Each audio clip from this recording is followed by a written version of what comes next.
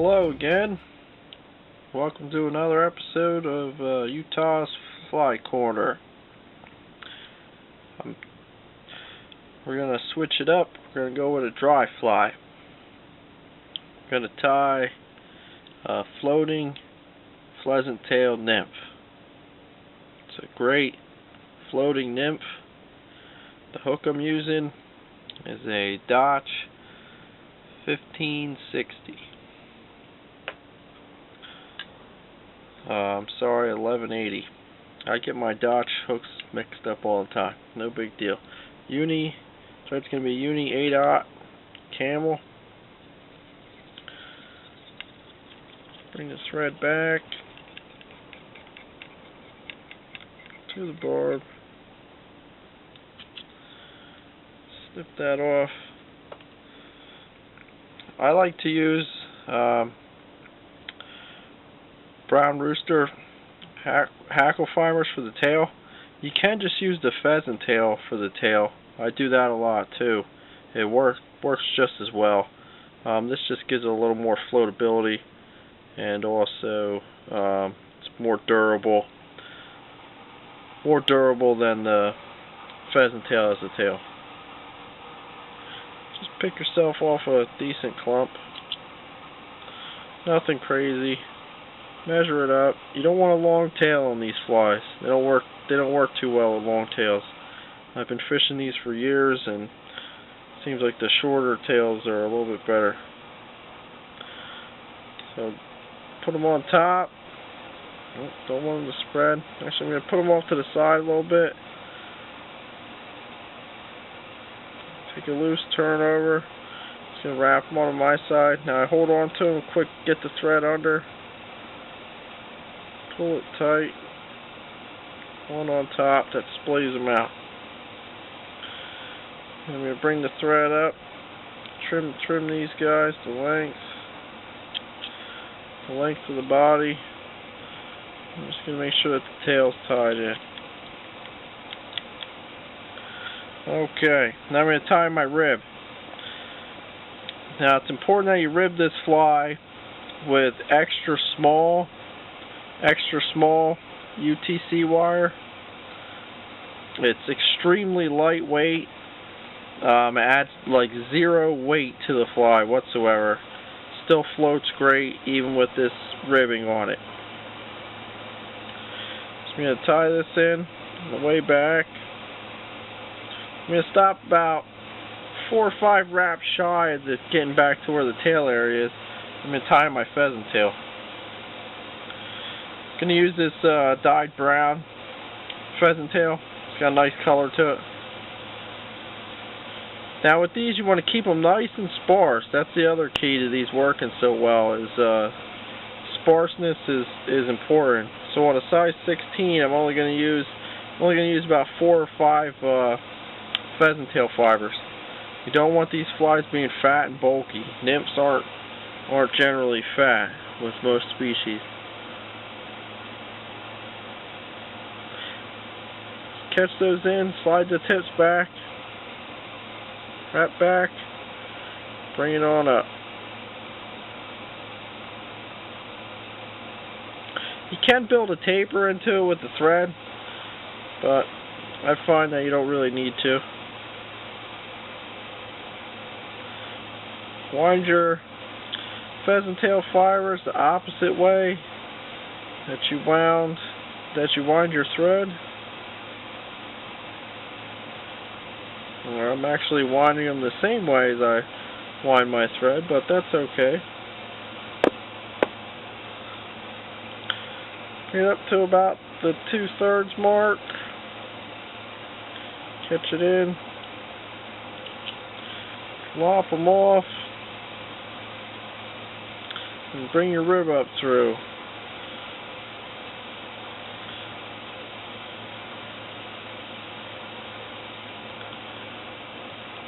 Bring your thread up. Catch your rib in nice and tight. 90-degree bend. Tie it down.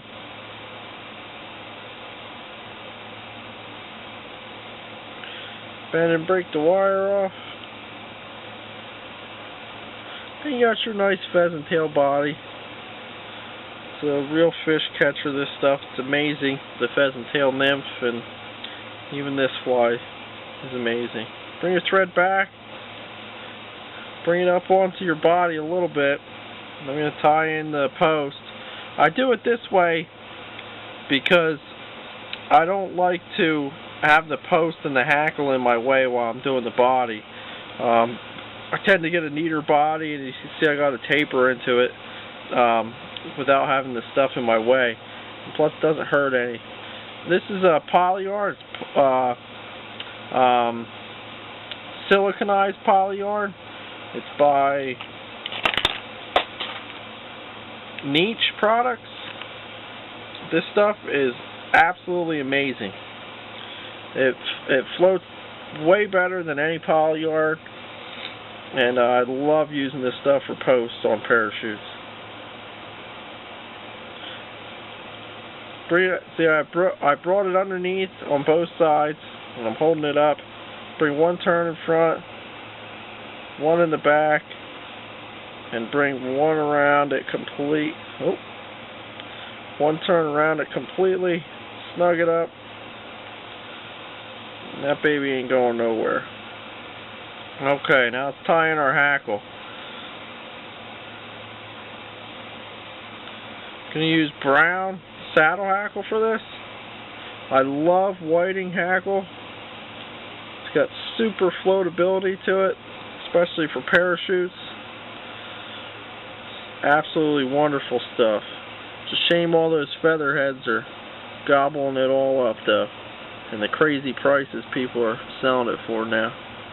But strip your feather down. I like to trim the sides off so I get good grip. I don't like to strip the fibers off. Some rogue hairs in there. I'd like to trim them, and then catch this in on your side. On your side of the hook. Wind him up. Now you got to post them up. So you bring your thread wraps and post up, which means I'm wrapping around the post and the hackle at the same time. I like to do loose wraps going up, and then I really tighten them up coming back down.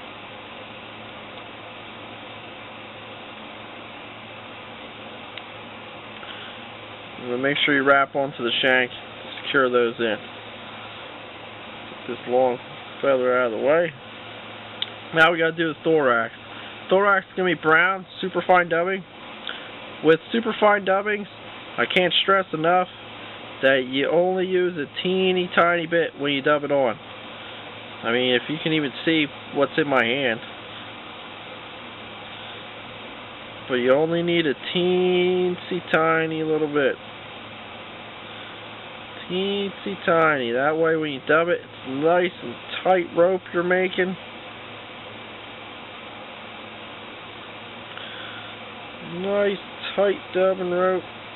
And if we need some more, we can always get some more.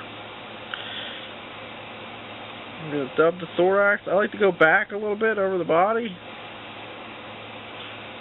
Over the actual abdomen of the fly. Gonna need a little bit more dubbing, not much.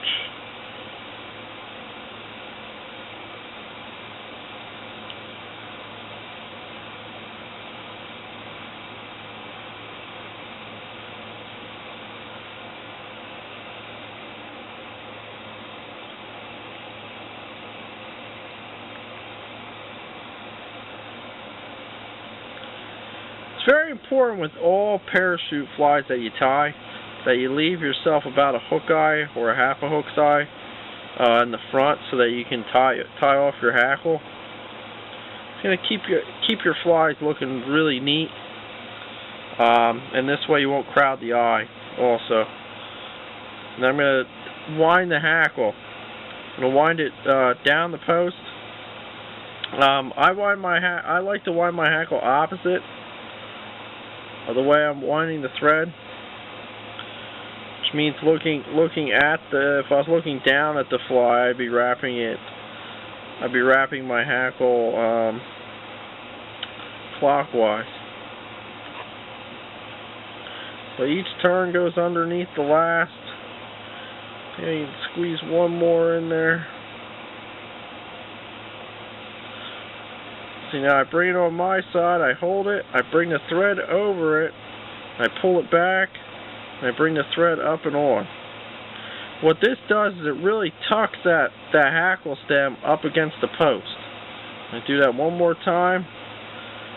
Pull it tight, wrap that down, then we lift up,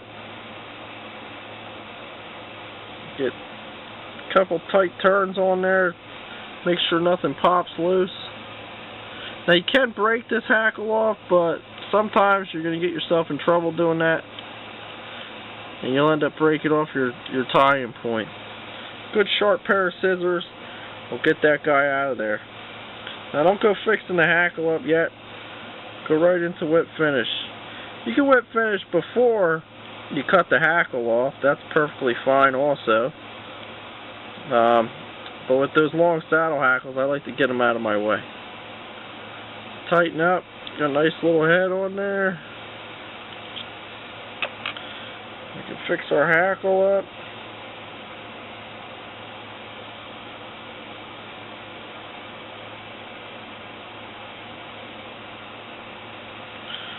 Now she's looking from underneath where the fish will see. It's looking good. Now our wing, our post, you can make this post as big as you want. I mean, if you want it super tall, go ahead, cut it super tall. But I like to have them not too tall, just tall enough that I can do this to it. And when I take this out to fish it, what I'll do is I use dilly wax floating, and I mean you can use any floating you want, but it's a gel float, a silicone gel float. What I do is I rub it all in this poly yarn. It's already got silicone infused in it, but you rub it all in this poly yarn and all over the hackle, and this baby will float fish after fish. The floating pheasant tail nymph. Deadly emerger pattern. Fish absolutely love this fly.